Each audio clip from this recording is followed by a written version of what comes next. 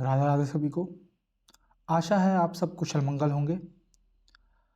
और जैसा कि आपको पता है कि हमारी कंप्यूटर पीवाई की सीरीज ऑनगोइंग है और हमने लास्ट क्लास में 2023 में जो सीजीएल मेंस हुआ था उसके कंप्यूटर के क्वेश्चंस लगाए थे।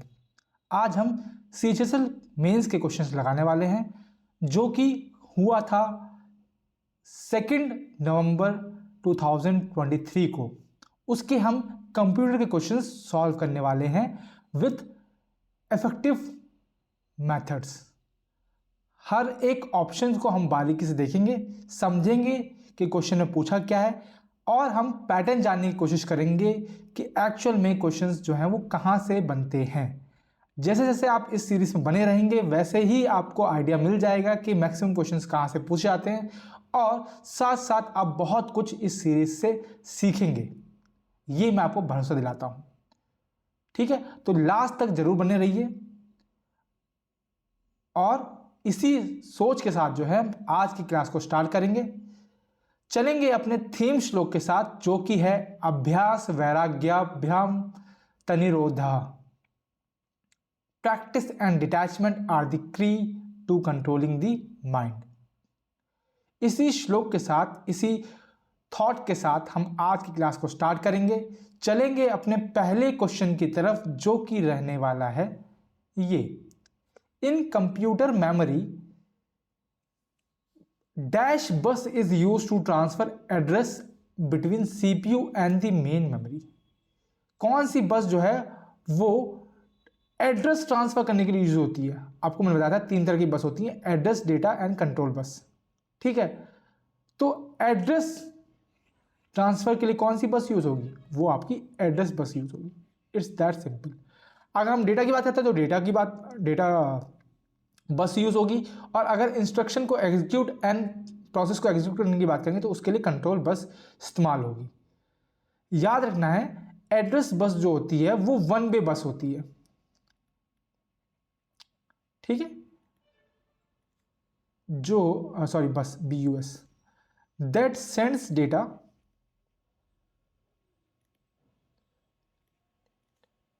From CPU to primary memory या फिर इसको मेन मेमोरी या फिर इसको रैम बोल लो, कुछ भी बोल लो।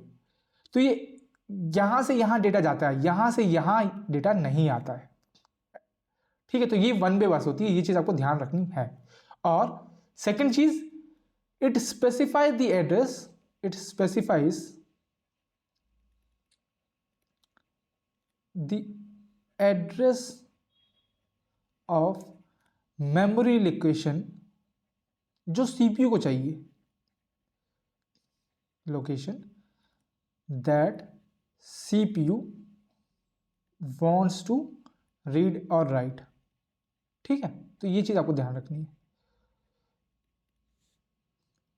उसका एड्रेस बताती है। ये एड्रेस मेन चीज की आपको ध्यान रखनी है। ठीक है, और हम बात करें तो ये आप देख सकते हैं कि 3 तरह की बस होती हैं जैसे कि मैंने आपको बताया था। एक एड्रेस बस होती है, कंट्रोल बस होती है, डेटा बस होती है। डेटा बस जो है वो डेटा को फेच और उसको वो करने में काम आती है, स्टोर करने के लिए। एड्रेस बस एड्रेस बताती है जिस पे सीपीयू को अगर काम करना है वो देती है।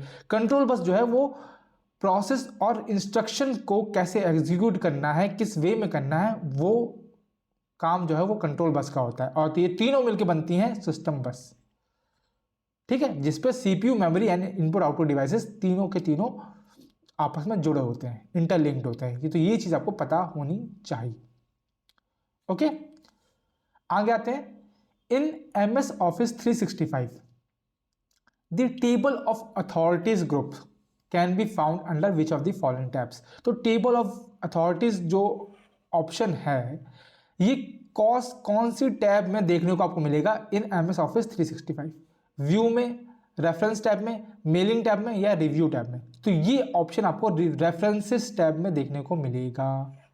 जैसे कि आप ये समझिए, ये आपका रेफरेंसेस, यहां पे मैं हाईलाइट कर देता हूं, ये आपका रेफरेंसेस टैब है, साफ साफ दिख रहा है आपको। यहां पे आप देख सकेंगे ये है आपका टेबल ऑफ अथॉरिटीज, दिख रहा है आपको? तो ये रेफरेंस टैब में आपको टेबल ऑफ अथॉरिटीज देखने को मिलेगा। अदर टेबल ऑफ कंटेंट भी यहीं पे है, फुटनोट भी यहीं पे है ना।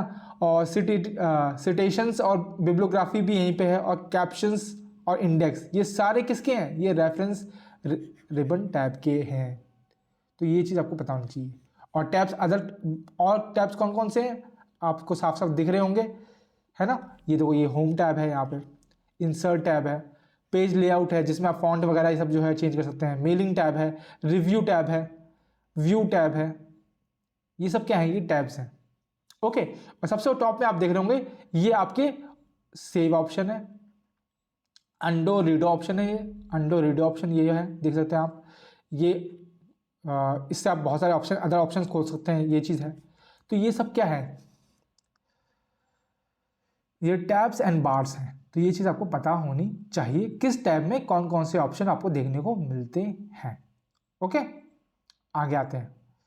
अगर मतलब देखो, क्वेश्चन एक बार पूछा था कि फुटनोट के लिए कौन सा शॉर्टकट यूज होता है, अगर वो पूछ ले कि आपको फुटनोट ऐड करने हैं तो कहाँ से होंगे, तो वो भी आपको देख सकते हैं कि फुटनोट कहाँ ऐड होते हैं, रेफरेंस टैब में ही होते हैं। तो ये चीज़ भी आपको बाय डिफॉल्ट पता होनी चाहिए। ओके, आगे आते हैं।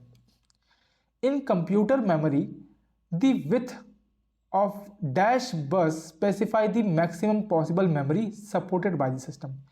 कौन सी बस है, तीन तरह की बस मैंने बताई आपको, डेटा कंट्रोल और एड्रेस बस। तो कौन सी बस है जिसकी विड्थ जो है वो बताती है कि मैक्सिमम जो है एक सिस्टम में कितनी मेमोरी जो है वो पॉसिबल है, कितनी मेमोरी वो सिस्टम सपोर्ट कर पाएगा। तो ये कौन बताएगा, ये आपकी एड्रेस बस ही बताएगी। समझ रहे हो, एक कॉलोनी में जितने एड्रेसेस होंगे वही तो उस कॉलोनी की कैपेसिटी है। नॉर्मल में अगर अपने घर लोगों की बात करूं तो मेरी कॉलोनी है मान लो, तो उस कॉलोनी में जितने एड्रेस होंगे घरों के उतना ही तो मतलब कि कह सकते हो ना कि इस कॉलोनी की इतनी कैपेसिटी है, तो वो सेम वही चीज़ है। तो एक सिस्टम में कितनी मेमोरी पॉसिबल है वो आपकी एड्रेस बस की विड्थ बताती है। ठीक है, और अगर मैं आपको दूसरी भाषा में बोलूं तो आप इसको लिख सकते हैं कि साइज ऑफ एड्रेस बस। ठीक है, लिखने से क्या है, थोड़ा सा दिमाग जो है वो क्लियर रहता है। डिटरमाइन हाउ मच मेमोरी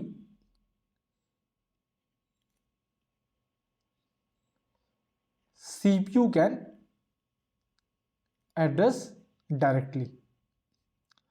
मैं एग्जांपल देकर भी समझा देता हूँ थोड़ा सा, है ना।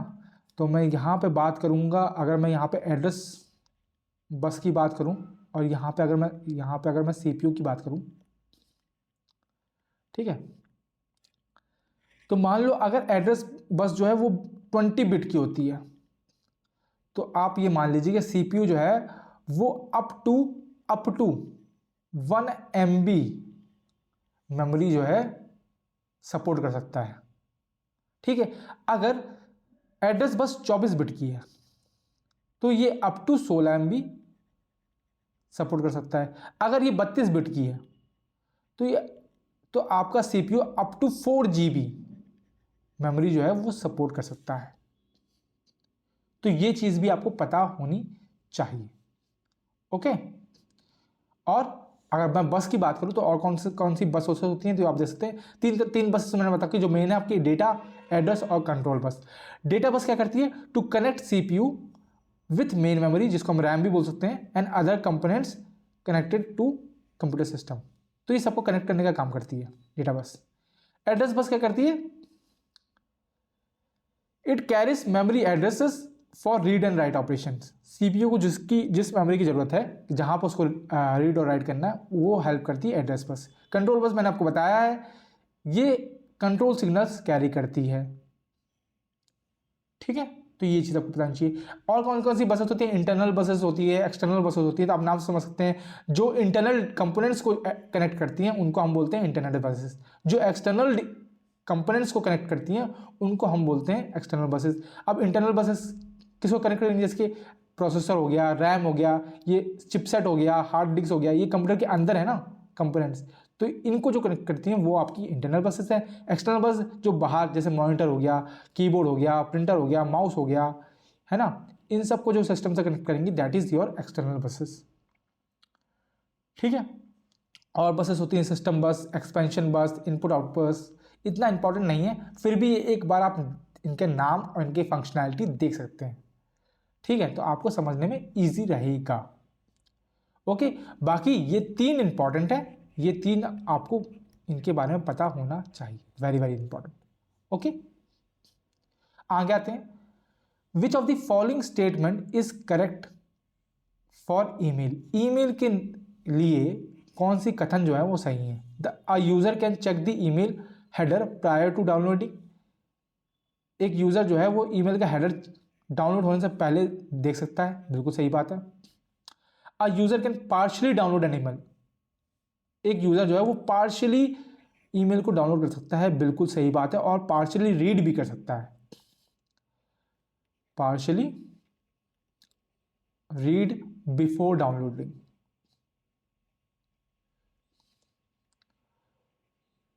किसकी मदद से? यूजिंग एक प्रोटोकॉल होता है, उसको हम बोलते हैं IMAP, internet message access protocol. मैं अगर इस पर फुल नेम लिख दूँ इसका, इंटरनेट मैसेज एक्सेस प्रोटोकॉल। इसकी मदद से जो है यूजर पार्शियली डाउनलोड कर सकता है ईमेल को और पार्शियली रीड भी कर सकता है। ठीक है, तो दोनों ऑप्शन आपके सही हो जाएंगे। ओके, बोथ 1 और 2। अब ये IMAP होता क्या है, थोड़ा सा इसके बारे में भी चर्चा कर लेते हैं। तो ये बेसिक वर्किंग है IMAP की। आपको मैसेज भेजना हो, है ना, तो मैसेज जो है आप चाहे स्मार्टफोन से भेजें चाहे डेस्कटॉप से भेजें या किसी और को भेज रहे हैं आप, ये मान लो आप यूजर, ये सेंडर है और ये रिसीवर है ना। आप मोबाइल टू मोबाइल भेज रहे हैं, मोबाइल टू डेस्कटॉप भेज रहे हैं, कोई इट डजेंट मैटर। तो सबसे पहले जो ईमेल है वो ईमेल सर्वर पे जाता है, और ईमेल सर्वर पे जाने से पहले या फिर आगे फॉरवर्ड होने के बाद जो है एक प्रोटोकॉल लगता है, that is IMAP, internet message access protocol. ठीक है, तो ये है आपकी बेसिक वर्किंग ऑफ IMAP। ठीक है, ये आपकी हेल्प करती है, इसको याद रखना है। बस याद रखना है कि IMAP जो है ईमेल से रिलेटेड है, ये चीज़ आपको याद रखनी है। फंक्शनिंग वगैरह जो है इतनी इंपॉर्टेंट नहीं है, लेकिन अगर मैं कभी हम डेप्थ में बात करेंगे, कभी हम इसका वन शॉट लेंगे कंप्यूटर का, तो मैं आपको उसमें अच्छे से गहराई से आपको बताऊंगा। ठीक है, ये चीज़ आपको ध्यान रखनी है। ओके, और आगे आते हैं। The CPU interacts directly with dash memory to perform read और राइट ऑपरेशन। अभी हमने देखा CPU को अगर रीड और राइट ऑपरेशन करने हैं तो किस मेमोरी से कांटेक्ट करना पड़ता है उसको, तो वो है प्राइमरी मेमोरी, या फिर इसको हम मेन मेमोरी बोलते हैं, और इसी को हम रैम भी बोल सकते हैं। अगर तीनों ऑप्शन में होंगे तो ये तीनों ऑप्शन सही है। तो ये चीज़ आपको पता होनी चाहिए। ओके, और क्या पता होना चाहिए? ये पता होना चाहिए। ये है आपकी मेमोरी हायरार्की। हम ऑलरेडी प्रीवियस वीडियोस में डिस्कस कर चुके हैं, लेकिन मैं फिर भी एक बार बताता हूँ। ठीक है, ये हायरार्की किन फैक्टर्स के बेसिस पे, तो आप समझना है, स्टोरिंग कैपेसिटी, ट्रांसफर टाइम और एक्सेस टाइम। तो याद रखना, डाउन द ग्रुप की हम बात कर रहे हैं। सबसे कम जो साइज होता है वो रजिस्टर का होता है, उसके बाद कैशे मेमोरी, फिर मेन मेमोरी, फिर magnetic disk and optical disk, और सबसे लास्ट में मैग्नेटिक टिप्स का। ठीक है, जैसे जैसे हम डाउन द ग्रुप जाते हैं वैसे इसका जो क्या बोलते हैं, स्टोरेज साइज जो है वो बढ़ता है। सबसे छोटी होती है रजिस्टर्स। ठीक है, और याद रखना सबसे तेज होती है रजिस्टर्स। सबसे तेज रजिस्टर नंबर 1 पे, नंबर 2 पे कैशे मेमोरी, नंबर 3 पे आपकी मेन मेमोरी जिसको हम रैम भी बोल सकते हैं, नंबर 4 पे मैग्नेटिक डिस्क और ऑप्टिकल डिस्क, और नंबर 5 पे मैग्नेटिक टेप्स। तो मैग्नेटिक टेप्स जो हैं वो सबसे ज़्यादा टाइम लेते हैं, चाहे वो डेटा को ट्रांसफर करना हो चाहे वो डेटा को एक्सेस करना हो। तो ये चीज़ आपको याद रखनी है। ये मेमोरी हायरार्की जो है, ये पिरामिड है, ये आपको याद रखना है। ओके, आगे आते हैं। इन MS Excel 365, MS Excel 365 की बात करूंगा, तो the dash between 2 columns is an indicator that we have a hidden a column. तो मतलब कौन सा ऐसा चीज़ है जो है वो इंडिकेट करती है कि इन दोनों के बीच में हमने एक कॉलम को छुपा रखा है, हिडन कर रखा है। क्या वो डबल एरो है, क्या वो सिंगल एरो है, क्या वो डबल लाइन है, क्या वो सिंगल लाइन है। डबल एरो मतलब कि मान लो ऐसा है ना, सिंगल एरो डबल लाइन मतलब कि ऐसी लाइन, सिंगल लाइन ऐसी। तो अगर ये कौन सी चीज़ आप देख के समझ जाओगे कि भाई इसके बीच में जो है कॉलम छुपी हुई है, तो याद रखना डबल लाइन जब MS एक्सेल में देखने को मिले आपको तो समझ जाइए कि उसके बीच में जो है कॉलम छुपी हुई है। जैसे कि ये आप समझे, दिख रही है आपको ये डबल लाइन दिख रही है, एक लाइन ये है, एक लाइन ये, ठीक है, ये यहाँ पे बनी हुई है। इसका मतलब क्या है, इसके बीच में कॉलम छुपी हुई है। Double line indicating hidden columns and एक कॉलम या तो दो कॉलम्स, ठीक है। तो आप देख सकते हैं कि ए के बाद जो कॉलम्स ई आ गया, मतलब कि BCD ये तीन जो हैं ये तीनों छुपी हुई हैं, कॉलम्स जो हैं ये छुपी हुई हैं। इसको कौन बताता है, ये डबल लाइंस बताती है। तो ये चीज आपको ध्यान रखनी है। ओके, आगे आते हैं।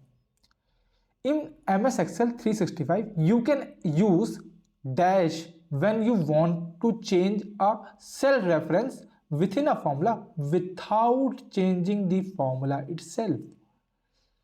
आपको सिर्फ सेल का रेफरेंस चेंज करना है एक फॉर्मूले के अंदर, पर फॉर्मूला चेंज नहीं होना चाहिए। तो आप किस फॉर्मूले का इस्तेमाल करेंगे, ट्रांसपोज का, वी लुकअप का, मैच का, इनडायरेक्ट का। तो आप यूज करते हैं इनडायरेक्ट फंक्शन का। किसका, इनडायरेक्ट फंक्शन का, ठीक है। कैसे, ये देखिए, ये आपका इनडायरेक्ट फंक्शन है, ठीक है। ये क्या करता है, आप यहां से पढ़िए, return the reference specified by a text string. ये रेफरेंस को रिटर्न करता है, रेफरेंस जो है चेंज करता है, पर फॉर्मूला चेंज नहीं होता है, ठीक है। इसका क्या बोलते हैं, वो कैसे होता है सिंटैक्स, तो इक्वल्स टू इनडायरेक्ट लिखना है, फिर बाद में जो रेफरेंस टेक्स्ट है वो डालना है और जो आपकी सेल है वो डालनी है, ठीक है। तो ये चीज़ है, ये चीज़ आपको ध्यान रखनी है, ये फॉर्मूला आपको ध्यान रखना है इनडायरेक्ट का। It is used to change a cell reference within a formula without changing the formula itself. तो ये चीज़ आपको याद रखनी है, ओके। और याद रखना, अगर आपको ये लाइन समझ में नहीं आ रही है और आपको फिर भी समझना है कि भाई इनडायरेक्ट करता क्या है, तो आप F1 प्रेस करेंगे। जब F1 प्रेस करेंगे तो आपको इनडायरेक्ट के बारे में और चीज़ें पता चलेंगी, ठीक है। तो याद रखना, किसी भी फॉर्मूले के बारे में हम जो हम लुकअप देख रहे हैं, मैच देख रहे हैं, इनके बारे में हमें पता नहीं है, ठीक है। तो हम इस पर क्या क्लिक करके F1 दबाएंगे।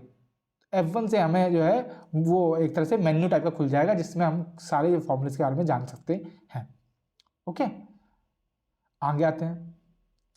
A dash is a computer program that can self replicate and propagate over a network. एक ऐसा प्रोग्राम जो खुद को सेल्फ रेप्लिकेट करता है, मतलब खुद की कॉपीज बनाता है और खुद को एक नेटवर्क में प्रोपोगेट कर देता है, फैला देता है। क्या वो मैक्रोवाइज है, वॉर्म है, बूट सेक्टर वायरस है या ट्रोजन हॉर्स है। तो कल हमने 3 डिफरेंस देखे थे, वायरस, वर्म और ट्रोजन हॉर्स के। तो ये जो सेल्फ रेप्लिकेशन का काम है ये किसका है, ये वर्म का है ना। और थोड़ा सा वापस देख लेते हैं, एक बार रिवाइज कर लेते हैं। Virus, worm and Trojan horse. तो मैंने आपको बताया था कि जो वायरस होता है वो सिर्फ और सिर्फ इंफॉर्मेशन को एडिट और डिलीट करता है, उसके अलावा वो कुछ नहीं करता। वो अपने आप को दूसरे प्रोग्राम में चिपका लेगा, attach itself to other program to harm them, ठीक है। ये चीज़ रखनी है। और वही वर्म जो है वो अपने आप को डुप्लीकेट, मतलब अपने आप को डुप्लीकेट करता रहेगा, अपने आप को रेप्लिकेट करता रहेगा, अपनी कॉपीज बनाता रहेगा और सिस्टम को इतना भर देगा कि सिस्टम जो है वो स्लो हो जाएगा। It may cause significant slow down and network congestions. वहीं ट्रोजन और जो है ये अपने आप को भोला भाला बच्चा बना के आपके सिस्टम में घुस जाएगा और आपकी चीज़ें जो है, इंफॉर्मेशन जो है वो चोरी कर लेगा, सेंसिटिव इंफॉर्मेशन को स्टील कर लेता है। This is your Trojan horse, ठीक है। ये 3 बेसिक चीजें आपको वायरस, वर्म और ट्रोजन हॉर्स के बारे में पता होनी चाहिए ही चाहिए, ठीक है। बाकी ये टेबल है, इसको मैं लास्ट लेक्चर में एक्सप्लेन कर चुका हूं, तो इसको आप एक बार नोट कर लेंगे या फिर एक बार रिवाइज कर लेंगे, ठीक है। आगे आते हैं। Which of the following layers, following types of firewall operates at network layer to examine incoming and outgoing process packets, sorry. तो मैंने आपको बताया जो डेटा होता है वो हमारा छोटे छोटे यूनिट्स में टूटता है, उसको हम पैकेट्स बोलते हैं। तो ऐसी कौन सी टाइप की फायरवॉल होती है जो नेटवर्क लेयर पे काम करती है और जो डेटा आ रहा है, जो डेटा जा रहा है, उसको एग्जामिन करती है। क्या वो सर्किट लेयर गेटवे है, क्या वो एप्लीकेशन लेयर गेटवे है, या पैकेट फिल्टरिंग है, या नेटवर्क फिल्टरिंग है। तो आपको समझना है कि पैकेट से रिलेटेड है, इट इज़ पैकेट फिल्टरिंग। साफ साफ लिखा हुआ है, examine incoming and outgoing packets. अगर नेटवर्क को फिल्टर करना होता तो नेटवर्क फिल्टरिंग आ जाता है ना। तो और अच्छा, और कौन कौन सी टाइप की फायरवॉल होती हैं आप समझिए। बेसिक जो है, हम फायरवॉल को दो कैटेगरी में डिवाइड करते हैं। एक को हम बोलते हैं होस्ट बेस्ड फायरवॉल्स, और एक को हम बोलते हैं network based firewall. Host based जो है, जो आपके पर्टिकुलर कंप्यूटर में जो होता है, जो यूजर डिफाइंड होता है, that is host based firewalls. और जो नेटवर्क को एग्जामिन करने के लिए होता है या फिल्टर करने के लिए होता है, उसको हम बोलते हैं नेटवर्क बेस्ड फायरवॉल्स। इसके ही जो हमने ऑप्शन देखे सारे इसी के टाइप्स हैं, चाहे वो पैकेट फिल्टरिंग हो, चाहे वो सर्किट फिल्टरिंग हो, चाहे वो एप्लीकेशन गेटवे हो, चाहे वो नेक्स्ट जनरेशन फायरवॉल्स हो। ये चारों के चारों क्या हैं, ये नेटवर्क बेस्ड फायरवॉल्स हैं। ठीक है, ये चीज़ आपको याद रखनी है। और क्या याद रखना है, और आपको इसकी पॉइंट्स याद रखने हैं कि पैकेट फिल्टरिंग फायरवॉल्स क्या करती है। It enables complex security policies through filtering on protocols headers। ये प्रोटोकॉल हेडर पे काम करती है, ये चीज आपको याद रखनी है। वहीं हम सर्किट लेवल गेटवे की बात करें तो it provide privacy for data passing in and out of private network. ठीक है, ये चीज आपको याद रखनी है। वहीं हम स्टेटफुल इंस्पेक्शन फायरवॉल की बात करें तो it is capable of blocking types of attacks that exploit protocols vulnerabilities.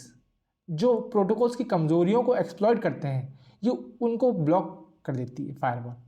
Application gateway, application level gateway की बात करें तो आप नाम से देख सकते हैं, ये एप्लीकेशन लेवल पे काम करती है। It is capable of detecting and blocking types of attacks not visible at OSI model network और ट्रांसपोर्ट लेयर। ठीक है, ये चीज आती है। और नेक्स्ट जनरेशन जो फायरवॉल है, it is capable of monitoring network protocol from data link layer. ठीक है, जो कि सेकंड लेयर होती है। सबसे पहली फिजिकल लेयर होती है, उसके ऊपर जो होती है वो डेटा लिंक लेयर होती है। तो वहां पे जो काम करती है वो that is next generation firewall. ठीक है, वहां पे प्रोटोकॉल्स को जो है नेट मॉनिटर वगैरह करती है कि कौन सा सही से कर रहा है, कौन सा सही नहीं कर रहा। तो ये आपके डिफरेंट टाइप्स ऑफ फायरवॉल्स होती हैं, जिनके बारे में आपको कुछ कुछ की पॉइंट्स पता होने चाहिए। ठीक है, याद रखना, जहां पैकेट फिल्टरिंग की बात होगी, पैकेट को एग्जामिन करने की बात होगी, इनकमिंग आउटगोइंग पैकेट्स दोनों को, वो आपकी पैकेट फिल्टरिंग होगी, जो कि नेटवर्क लेयर में काम करती है। जो डेटा लिंक लेयर है वहां पे काम करती है नेक्स्ट जनरेशन फायरवॉल, और जो ट्रांसपोर्ट लेयर पे काम करती है that is your application level gateway. ये चीज आपको याद रखनी है। ठीक है, उसके बाद जब प्राइवेसी की बात होती है, कि जो प्राइवेट नेटवर्क की बात होती है कि प्राइवेसी करनी है डेटा की इन प्राइवेट नेटवर्क, तो वहां पे सर्किट लेवल गेटवे यूज होता है। ठीक है, और जब प्रोटोकॉल्स हेडर के जो हेडर होते हैं उनको फिल्टरिंग की बात करते हैं, तब वहां पे पैकेट फिल्टरिंग प्रोटोकॉल यूज होता है। ठीक है, साथ साथ कहां पे यूज होता है, ये नेटवर्क लेयर में है ना, जो पैकेट को फिल्टर वगैरह करता है। तो ये चीज आपको ध्यान रखनी है। ओके, आगे आते हैं। In file explorer of 11, Windows 11 sorry, to reduce the space between files के बीच में स्पेस को कम करना है, तो हम क्या करेंगे, सेलेक्ट व्यू टैब पे जाएंगे। व्यू के बाद हम कौन सा व्यू इस्तेमाल करेंगे, स्ट्रेच, कॉम्पैक्ट, क्लाउड या वाइड। तो आप समझे, स्पेस को कम करना है तो स्पेस को रिड्यूस करना है, यानी कॉम्पैक्ट व्यू हम इस्तेमाल करेंगे। ठीक है, नाम से ही समझ में आ रहा है, ऑप्शन से ही आपको, मतलब कि क्वेश्चन से ही आपको समझ में आ रहा है। और बात करें तो आप देख सकते हैं, ये यहां पे आपको दिखेगा कॉम्पैक्ट व्यू। ठीक है, ये व्यू है। व्यू में जब इस एरो को सिलेक्ट करेंगे आप, तो आपको बहुत सारे ऑप्शन दिखेंगे। उसमें एक ऑप्शन होता है कॉम्पैक्ट व्यू।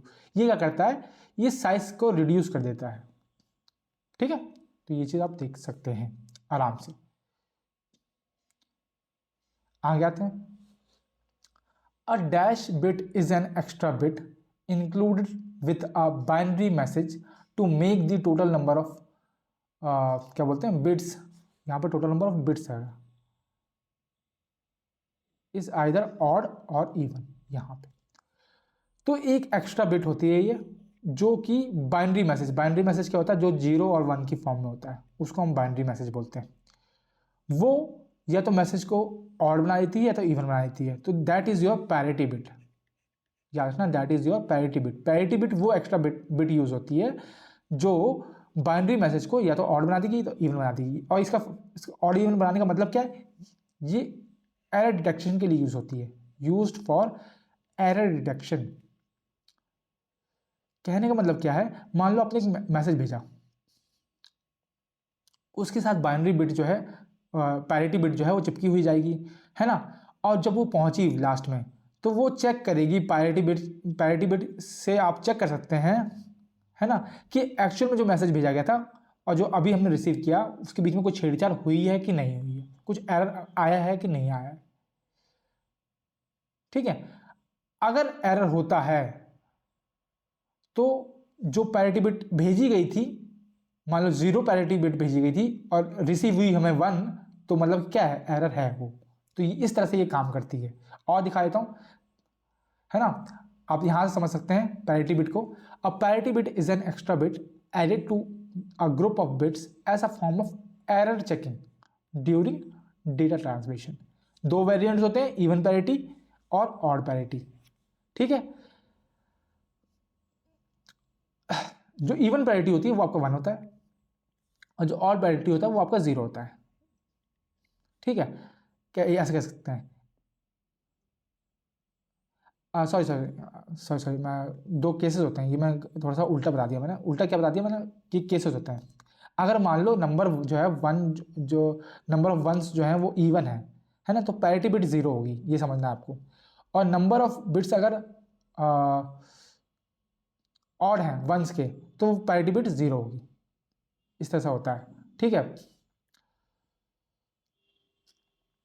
और द पैरिटी चेक कैसे करते हैं, चेकिंग प्रोसेस देख लीजिए एक बार।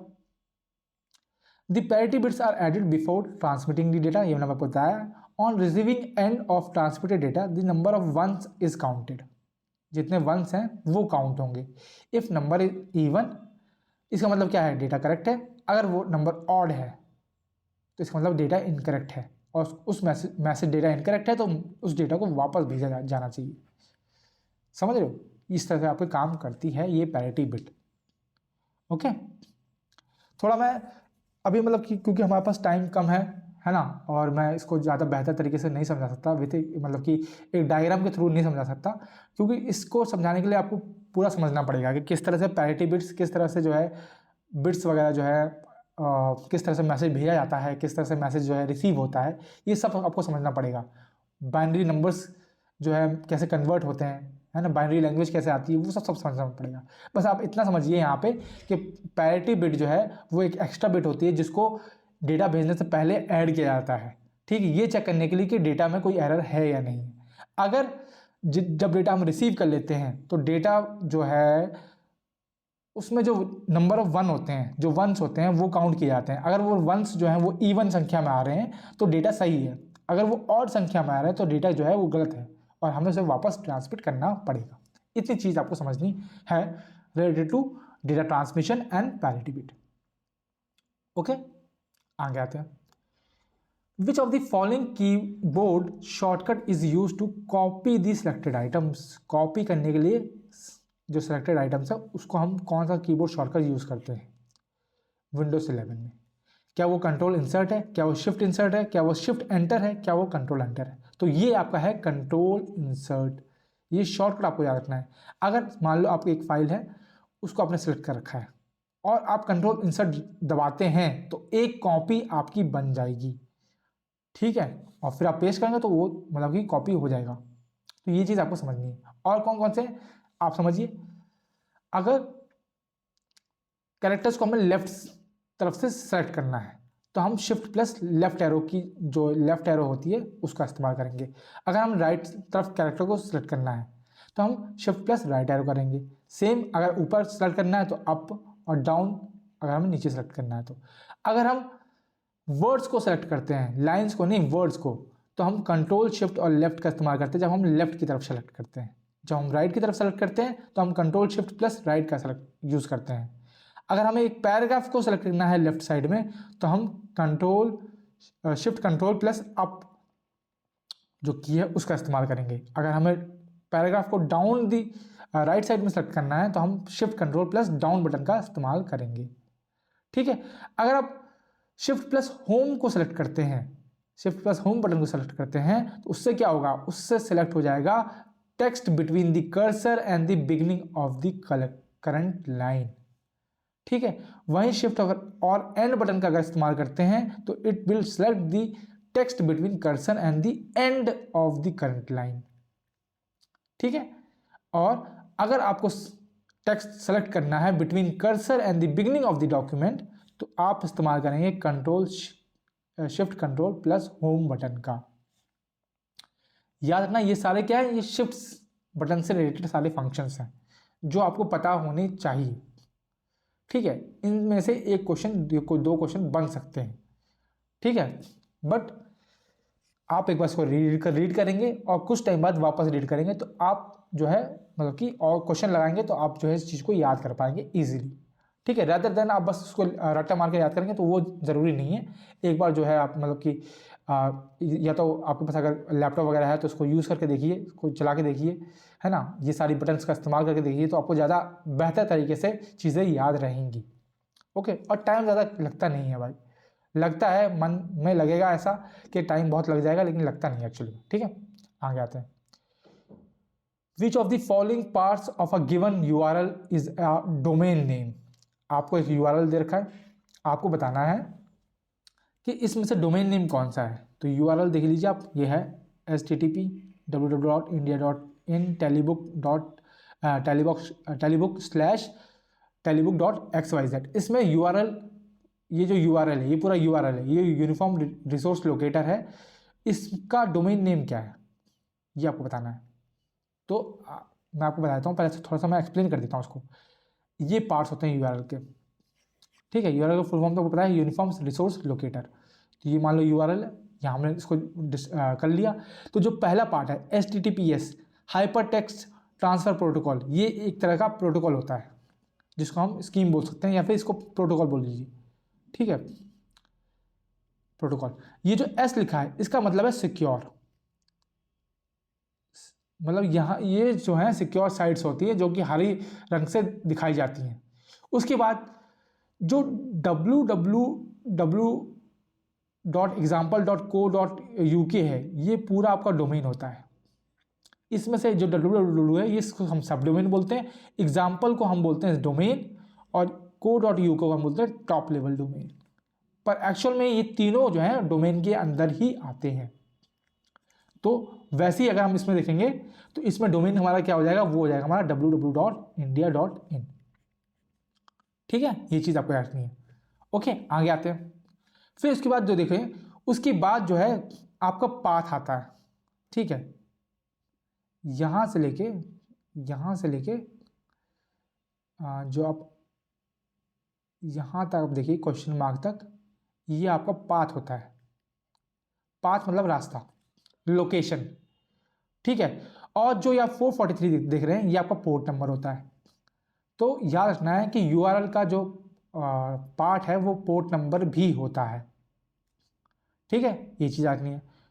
उसके बाद जो क्वेश्चन मार्क होता है इसको हम बोलते हैं क्वेरी स्ट्रिंग सेपरेटर, क्योंकि ये सेपरेट करता है पाथ को पेरीमीटर से। किसको? पाथ को पेरीमीटर से सेपरेट करता है क्वेश्चन मार्क, इसलिए हम इसको बोलते हैं क्वेरी स्ट्रिंग सेपरेटर। ठीक है, तो ये आपका बेसिक URL होता है। ओके, तो इस चीज को आपको समझना है। ठीक है, हमने क्वेश्चन लगा लिया, आगे आते हैं। In window 11 to open file explorer you press the dash on the keyboard. तो फाइल एक्सप्लोरर को ओपन करने के लिए आप कौन से शॉर्टकट का इस्तेमाल करते हैं? विंडो लोगो की प्लस E, विंडो लोगो की प्लस O, विंडो लोगो की प्लस F या विंडो लोगो की प्लस W। अच्छा, ये विंडो लोगो की क्या होती है? आपने देखो कि एक की ऐसी बनी होती है ना, ऐसी दिखती है आपने, ऐसी बनी होती है, यही होती है आपकी विंडो लोगो की। ठीक है, जस्ट आपके ऑल्ट के बगल में बनी होती है। ठीक है, तो विंडो की के साथ अगर आप E दबाएंगे तो आपका फाइल एक्सप्लोरर खुल जाएगा। तो first option is the correct option. ठीक है, और बाकी अगर दबाएंगे तो क्या होगा, तो उसके लिए भी आपको ये चीज़ याद करनी है। जैसे अगर डी दबाएंगे, विंडो के साथ डी दबाएंगे, विंडोज़ के साथ मतलब वही उसी की के साथ अगर डी दबाएंगे तो show and hide the desktop इसका फंक्शन है। ई दबाएंगे तो फाइल एक्सप्लोर खुल जाएगा, अभी हमने चेक किया। एल से लॉक हो जाएगा आपका पेज। आर से आपका रन डायलॉग बॉक्स ओपन हो जाएगा। विंडो टैब से करेंगे तो टास्क व्यू खुल जाएगा। विंडो आई करेंगे तो सेटिंग खुल जाएगा। विंडो एस करेंगे तो सर्च खुल जाएगा। तो ये ही आपको देखना है, आई से सेटिंग खुल रहा है और एस से सर्च खुल रहा है, तो ये चीज़ आपको ध्यान रखनी है। विंडो एक्स दबाएंगे तो क्विक लिंक मेन्यू खुल जाएगा।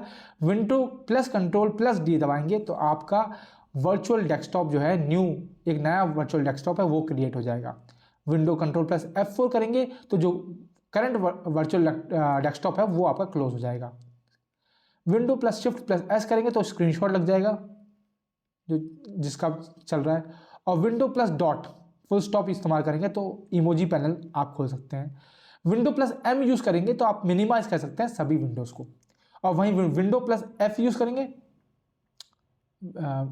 विंडोज़ प्लस एफ यूज़ करेंगे तो आपका फीडबैक वाला जो है वो खुल जाएगा, फीडबैक वाली विंडो खुल जाएगी और आप उसका स्क्रीनशॉट ले सकते हैं। Open feedback and take a screenshot. ठीक है, तो ये विंडोज़ की जो होती है, जो ये वाली की होती है, इसके साथ जो है ये वाली जो की होती है, इसके साथ जो शॉर्टकट्स हैं वो सारे आपको याद रखने हैं। ठीक है, और खासकर फाइल मैनेजर के बारे में, क्योंकि फाइल मैनेजर से बहुत सारे क्वेश्चंस आपको देखने को मिलेंगे। ओके, आगे आते हैं आज के लास्ट क्वेश्चन पे। In email which of the following mode are included in post office protocol, जिसको हम पीओपी भी बोलते हैं। तो पीओपी में कौन कौन से मोड होते हैं, डिलीट और कीप, कौन कौन सा होता है? उससे पहले हम जान लेते हैं कि पोस्ट ऑफिस प्रोटोकॉल होता क्या है। तो आप ये ऐसे समझिए, the post office protocol PPO3 जो है वो करंट है, जिसको आप जो बहुत ज़्यादा यूज़ हो रहा है वो 3 जो है। ठीक है, is an internet standard protocol working on application layer, application layer पे यूज होता है, used by local email software to retrieve email from a remote mail server over a TCP/IP connection. TCP यानी कि transfer control protocol, internet protocol. इसके connection के through मतलब कि server से जो है लोकल ईमेल जो सॉफ्टवेयर है वो आपका मेल भेज सकता है, रिसीव कर सकता है। ठीक है, तो आप देख सकते हैं ये मान लो आपका इंटरनेट सर्विस प्रोवाइडर का मेल है ना, ये आपका कंप्यूटर है। तो कंप्यूटर जो मेल भेजता है सर्विस प्रोवाइडर को, वो SMTP उस पर काम करता है मेल सेंड करने के लिए। लेकिन यहाँ पर रिसीव करने के लिए जो है वो हम यूज़ करते हैं POP3 का, पोस्ट ऑफिस प्रोटोकॉल 3rd वाला। ठीक है, तो ये चीज़ आपको याद रखनी है। सेंड करने के लिए SMTP यूज़ होगा लोकल, ये मैं लोकल एरिया की बात कर रहा हूँ। ठीक है, और रिसीव करने के लिए POP3 वर्जन इस्तेमाल, POP3 प्रोटोकॉल जो है वो इस्तेमाल होगा। ठीक है, और मैं बात करूं अगर SMTP की, तो SMTP का हम ऑलरेडी जानते हैं, सिंपल मेल ट्रांसफर प्रोटोकॉल इसका फुल नेम है ना। और ये मेलिंग वगैरह में हेल्प होता है, सर्वर से कनेक्ट मैसेज को सर्वर पे जाने के लिए, सर्वर से वापस आने के लिए SMTP का यूज़ होता है। अब क्या है, इसमें कौन कौन से मोड होते हैं, तो याद रखना है आपको, दोनों के दोनों मोड होते हैं। डिलीट मोड भी होता है, कीप मोड भी होता है। तो both 1 and 2 will be the correct answer. ठीक है, related to post office protocol. इसके अलावा आपको कुछ जानने की जरूरत नहीं है। और क्या जानना था, ये तो पता ही होना चाहिए कि एप्लीकेशन लेयर पे ये काम करता है। किस लेयर पे? एप्लीकेशन लेयर पे, ये हमने यहाँ पे मेंशन किया। ठीक है, तो यहीं पे जो है हमारी आज की क्लास जो है वो ख़त्म होती है। आशा है ये क्लास आपके लिए बहुत ही फ्रूटफुल रही होगी, काफ़ी कुछ चीज़ें आपने इससे सीखी होंगी और काफ़ी मतलब अच्छा लगा होगा ये क्लास जब आपने की होगी तो। ठीक है, ऐसे ही हम फर्दर और PYQ क्लास लाते रहेंगे, जिसमें हम जो है सिर्फ और सिर्फ PYQs का एनालिसिस करेंगे, जिससे जो है चीज़ें आपको बेहतर तरीके से समझ में आएंगी। और मैं ये ज़रूर बताना चाहूँगा इस वीडियो के ज़रिए कि हम जो है मतलब कि ये सब नहीं बोलेंगे कि भाई ये सब आएगा, ये सब आएगा, ये सब नहीं आएगा। मतलब ये कोई हम वो नहीं करेंगे, हम सिर्फ फैक्ट्स पे ध्यान देखेंगे, जो आया हुआ है उसको हम एनालाइज करेंगे और उसके बेसिस पे ही हम बोलेंगे। मैं आपको जनरली जो है आपको करके दिखाऊंगा ये चीज़ कि कहाँ से क्वेश्चंस आते हैं, किस टॉपिक्स का एक आपके लिए इंपॉर्टेंट है। तो आप ये सीरीज के साथ ज़रूर जुड़े रहिए, साथ साथ सीखते रहिए, मेहनत करते रहिए और प्रोसेस को एंजॉय करते रहिए। ठीक है, मिलते हैं अगले वीडियो में, तब तक के लिए राधे राधे सभी को।